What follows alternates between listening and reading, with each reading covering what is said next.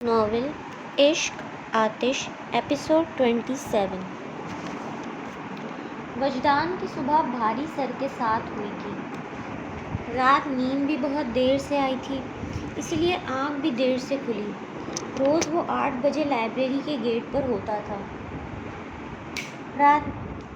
آج گھڑی میں 9 بجے دیکھ کر وہ اچھل کر بستر سے باہر گیا اور چکراتے سر کی پرواہ کیے بغیر 15 منٹ میں تیار ہو کر بائیک کی چابی پکڑے وہ نیچے تھا۔ عائشہ ابھی تک اس سے ناراض تھی، پر اسے خالی پیٹ گھر سے باہر جاتا دیکھا تو بول پڑی، وجدان جانا ہے، ناشتہ کر کے جاؤ۔ وجدان نے لاؤنج میں رک کر ڈائننگ ٹیبل کی طرف دیکھا۔ امی مجھے دیر ہو رہی ہے۔ دیر آفس کے لیے نہیں ہو رہی جو ناشتے کے لیے 5 منٹ نہ رک سکو۔ سب جانتی ہوں، اسی لڑکی کے پیچھے جا رہے ہو۔ ان سے تو کچھ بولنا ہی فضول تھا۔ ڈائننگ ٹیبل کے پاس آ کر آفس کے لیے تیار ناشتہ کر رہے تھے مصطفیٰ عظیم سے کہا، ابو بس آج کا دن ہے، کل سے میں واپس فرم جوائن کر لوں گا۔ آج کیا معجزہ ہونے والا ہے؟ عائشہ نے طنز کیا تو مصطفیٰ عظیم ٹوک کر بولے، بس کرو عائشہ۔ پھر وجدان کی طرف رخ کیا، بیٹے ناشتہ کر لو۔ سوری ابو، میں بہت جلدی میں ہوں۔ پھر اللہ حافظ کہہ کر باہر نکل گیا۔ وہ تیزی سے بائیک اڑا رہا تھا، مگر اس کے خیال کی رو اس سے بھی تیز بہہ رہی تھی۔ کبھی اس کا دھیان ملیحہ کی طرف مڑ جاتا، کبھی امی کی طرف۔ ان کا رویہ وجدان کو پریشان کر رہا تھا۔ مین روڈ پر آگے جا کر ایک کٹ تھا جس سے سیدھے ہاتھ پر مڑ کر سامنے ہی لائبریری والی گلی تھی۔ وجدان کو اس کٹ سے مڑ جانا تھا، مگر اپنے خیالات میں گم اسے ذرا آگے جا کر دھیان آیا، بجائے اس کے کہ وہ اگلے کٹ سے مڑ جاتا، اس نے مڑنے کے بجائے بائیک کا ہینڈل پوری طرح سے گھما دیا۔ رفتار کافی تیز تھی، بائیک لہرائی اور سلپ ہو گئی۔ وجدان سڑک پر گر کر بے ہوش ہو گیا۔ پل بھر میں وہاں لوگوں کا مجمع لگ گیا۔ کوئی ایمبولینس بلوانے کی بات کر رہا تھا اور کوئی پولیس کو اطلاع کرنے پر زور دے رہا تھا۔ پھر ایک بھلے مانس نے ایک ساتھ دونوں کام کیے۔ ایک ہجوم سے کوئی اور وجدان کے قریب جانے کو تیار نہ تھا۔ بس ایک شخص نے بڑی احتیاط کے ساتھ اس کی نبض چیک کی اور زندہ ہے کی خوشخبری سنا کر پیچھے ہٹ گیا۔ لوگوں کی نظریں اس کے بے ہوش چہرے پر تھیں۔ یہاں سے ہٹتیں تو بائیک پر ٹھہر جاتی، جس کا اگلا وہیل مڑ چکا تھا، مگر اسی ہجوم میں شامل ایک فقیر کی نظریں بائیک سے آگے فٹ پاتھ کے پاس پڑے اس چھوٹے سے بیگ پر تھیں، جس میں وجدان کے شناختی کارڈ اور لائسنس کے علاوہ کچھ رقم بھی موجود تھی، اور جو کچھ دیر پہلے وجدان کی کمر سے بندھا تھا، مگر گرنے کے دوران بالکل ٹوٹ جانے کی وجہ سے کھل کر الگ جا پڑا تھا۔ وہ آہستہ آہستہ چلتا فٹ پاتھ تک آیا، پھر نظریں بچا کر وہ بیگ اٹھا کے اپنے کپڑوں میں چھپا لیا۔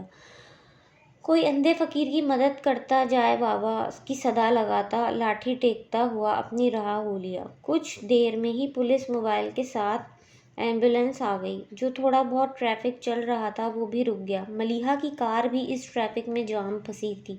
آخر اس نے پیدل چلنے کا فیصلہ کیا اور کار سے اتر گئی۔ فٹ پاتھ پر چلتے ہوئے اس نے ایک اچٹی سی نظر جائے حادثہ پر ڈالی، جہاں وجدان کو اسٹریچر پر ڈال کر ایمبولینس میں چڑھایا جا رہا تھا، مگر ہجوم کی وجہ سے ملیحہ اس کا چہرہ نہ دیکھ سکی۔ ایمبولینس کو بھیج کر پولیس نے وہاں موجود کچھ لوگوں کے بیان ریکارڈ کیے، پھر وقوع کا جائزہ لے کر بائیک موبائل میں ڈال کر چلے گئے اور ٹریفک بحال ہو گیا۔ لائبریری کی سیڑھیوں پر بیٹھی لمحہ لمحہ گنتی ملیحہ کے وہم و گمان میں بھی نہیں تھا کہ چند کلومیٹر کے فاصلے پر بے ہوش وجدان کے دماغ کا ایکس رے لیا جا رہا تھا۔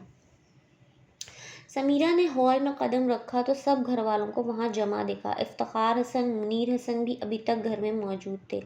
آپ تو آفس چلے گئے تھے، وہ آفاق کو دیکھ کر حیرت سے بولی جو اسے قصر فاروقی ڈراپ کر کے آفس چلا گیا تھا۔ ہاں، مگر امی نے فون کر کے ملیحہ کی شادی اور شام میں انگیجمنٹ کا بتایا تو وہ نہیں رہ سکا اور اصل صورت حال جاننے کے لیے چلا آیا۔ پر تمہاری تو ملیحہ سے بات ہو چکی تھی، تو تم نے بتایا کیوں نہیں؟ چچی سمیرہ اسے بولی۔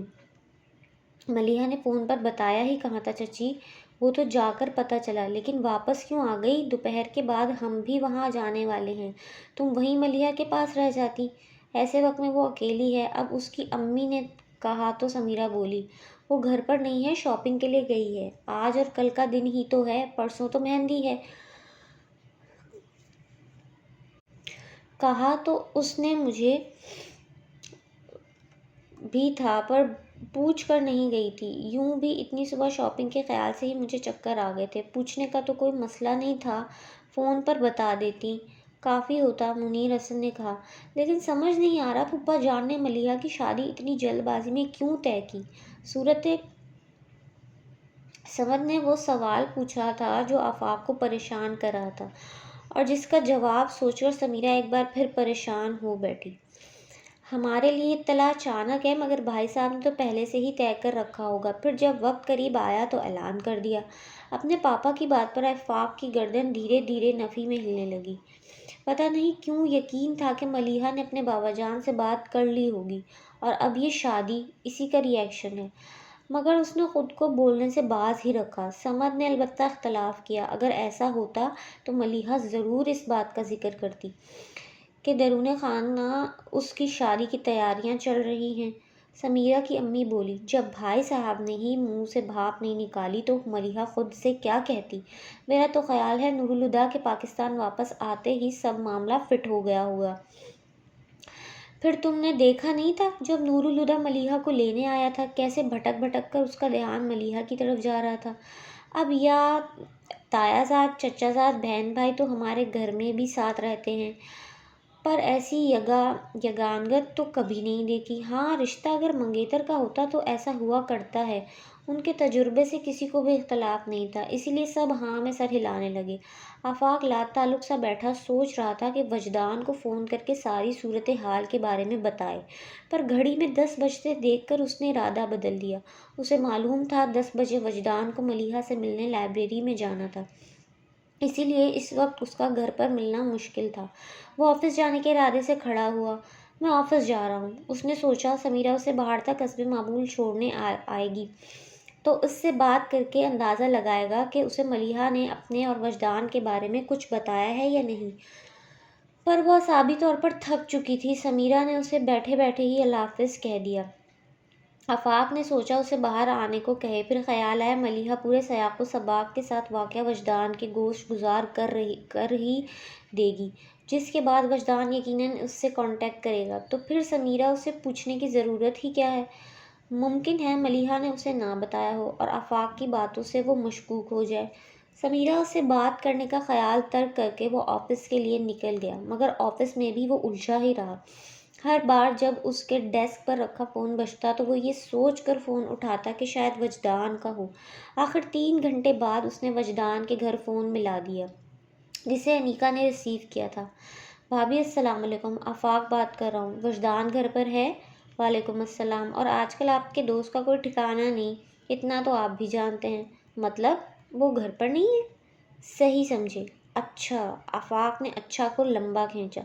بھابھی اگر وہ گھر آئے یا اس کا فون ہی آ جائے تو اس سے کہیے گا فوراً مجھ سے بات کرے، یوں سمجھیں ایمرجنسی ہے۔ ٹھیک ہے، اسے بتا دوں گی، اللہ حافظ۔ فون رکھ کر وہ پلٹی تو عائشہ مصطفیٰ نے پوچھا، کس کا فون تھا؟ آفاق کا، کہہ رہے تھے وجدان سے ضروری کام ہے، گھر آئے تو اس سے کہیں کہ مجھ سے بات کر لے۔ ایسا بھی کیا ضروری کام پڑ گیا؟ وہ چنبے سے بولی۔ ہوگا کوئی کام، میں نے پوچھا نہیں، انیکا نے شانے اچکا دیے۔